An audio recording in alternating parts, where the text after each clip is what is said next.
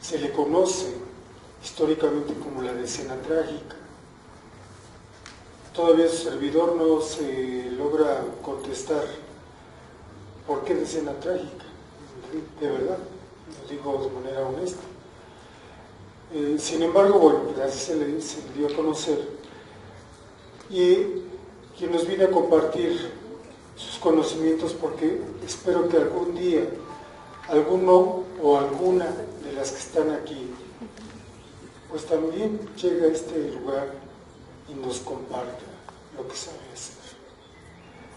Antes de presentar a nuestro invitado de esta tarde, quiero decirles que me da muchísimo gusto que entre nosotros esté mi buen amigo Moroni Spencer de Olarte, que también es historiador y que nos ha venido a compartir varias conferencias. Y pues bien, les voy a dejar en manos del licenciado por parte de la UAM, de la Universidad Autónoma Metropolitana, Jorge Reyes Yescas, quien nos viene a ofrecer entonces el tema de esta tarde, la decena trágica. Un fuerte aplauso para él y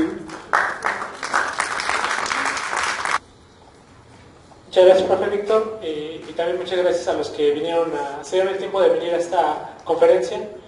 Quiero platicarles que este fue mi tema de licenciatura. Mi tesis la realicé precisamente sobre la escena trágica. Veo aquí mucha gente joven y eso me da mucho gusto.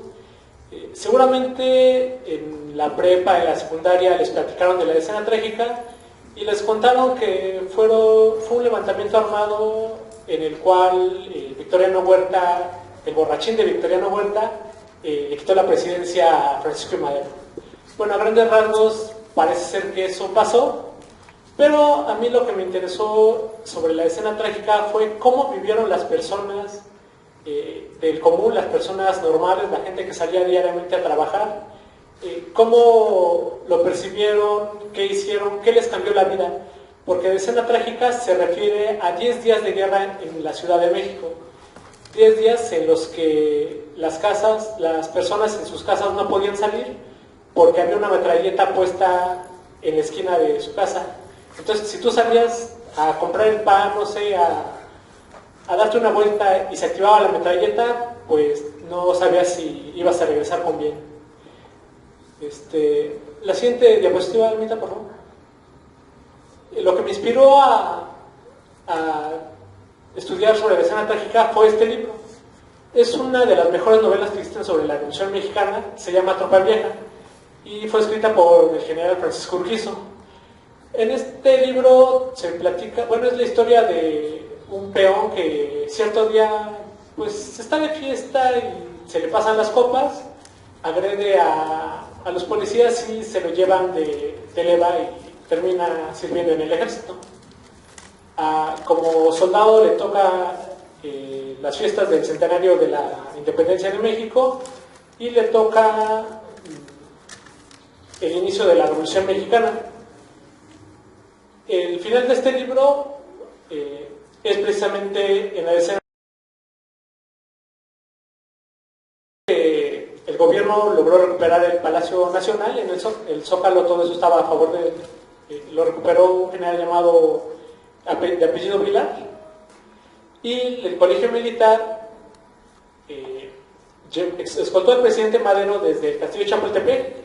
En aquel entonces los presidentes vivían en el castillo de Chapultepec, no en Los Pinos, sino en el castillo de Chapultepec, y lo escoltó todo Reforma, Juárez y la calle de Madero hasta llegar al Zócalo para que se posicionara el presidente en el Palacio Nacional.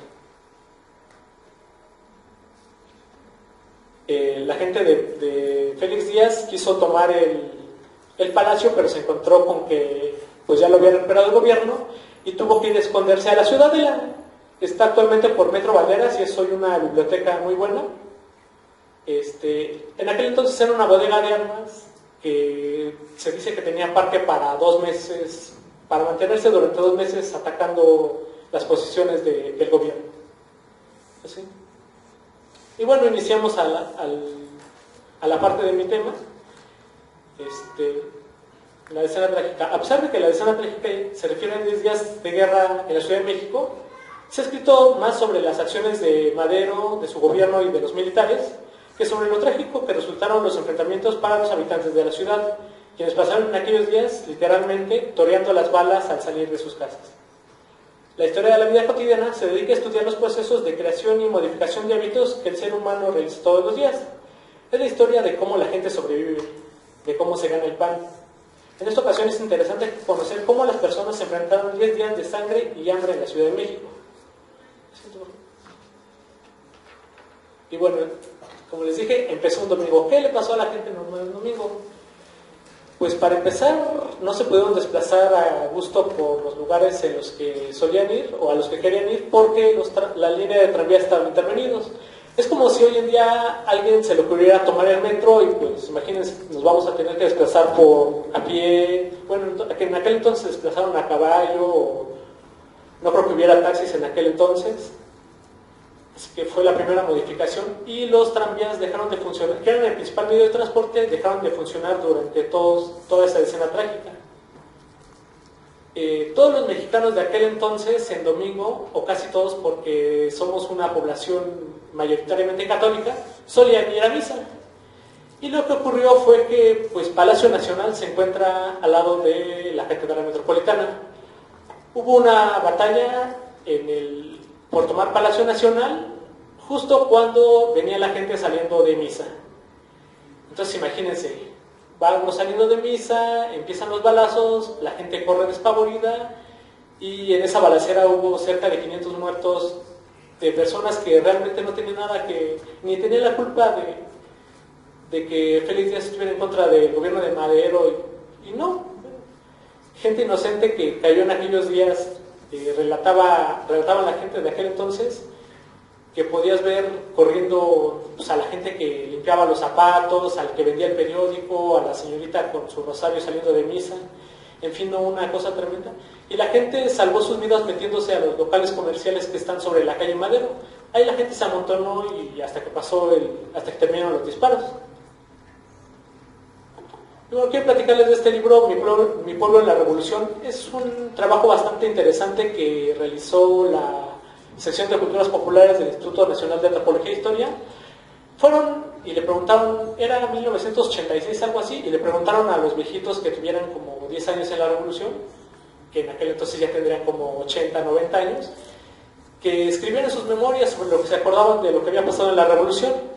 Y entonces 2 personas hablan de la Ciudad de México, y las 2 personas se acuerdan de la escena trágica.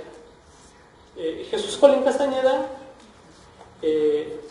dice que los hechos le impactaron tanto que decidió escribir para dedicarle un escrito a las personas que murieron sin saber por qué ni para qué. Platica que su mamá estaba en el portal de Mercaderes, ahí por donde están ahorita las joyerías allá en el Zócalo, cuando iniciaron las hostilidades y salvó su vida escondiéndose en un almacén. Para él, como residente de la Ciudad de México, la revolución empezó ese día porque antes, y aparte era un niño, antes no habían tenido noticia de que hubiera una revolución en México. La gente arriesgaba su vida por dinero, recogiendo los cascos de granadas que los estadounidenses les pagaban muy bien. Y una familia rica cerca de Metro Banderas les ofrecía una cuantiosa propina a aquella persona que le llevara una bolsa de pan y 1 litro de leche. Aún así no había nadie dispuesto a arriesgar el pellejo, pues vivían cerca de la zona de combate y como les comentaba había una ametralladora a media cuadra de su casa. Los precios de los alimentos en esos días se fueron a las nubes, por lo tanto pues hubo que buscar alimentos en otras zonas de la ciudad. Incluso la gente se armó para ir y saquear los mercados, los pocos mercados que aún se conservaban abiertos y con víveres.